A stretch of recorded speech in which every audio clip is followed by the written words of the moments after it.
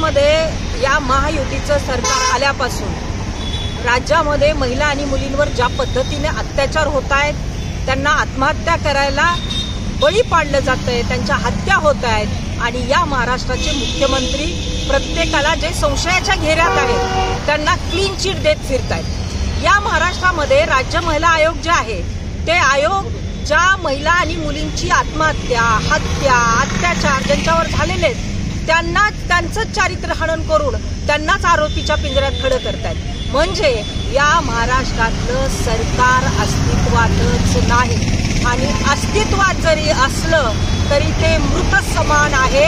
त्यामुळे आज आम्ही आमच्या सगळ्या ज्या बीड जिल्ह्यातल्या अतिशय संवेदनशील जिथं जिथं महिलांवर आणि मुलींवर अत्याचार होतील तिथं पेटून उठणाऱ्या आमच्या सगळ्या ज्या महिला भगिनी आहेत त्या आम्ही इथं बसलेलो आहे आणि या सरकारला भावपूर्ण श्रद्धांजली अर्पित करतोय।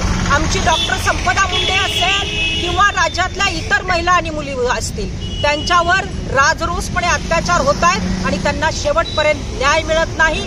न्याय व्यवस्था सुद्धा या सरकारला बळी पडते। त्यामुळे आमचं स्पष्ट असं म्हणणं आहे की हे सरकार मृत समान आहे। त्यांना आमच्यातर्फे भावपूर्ण श्रद्धांजली।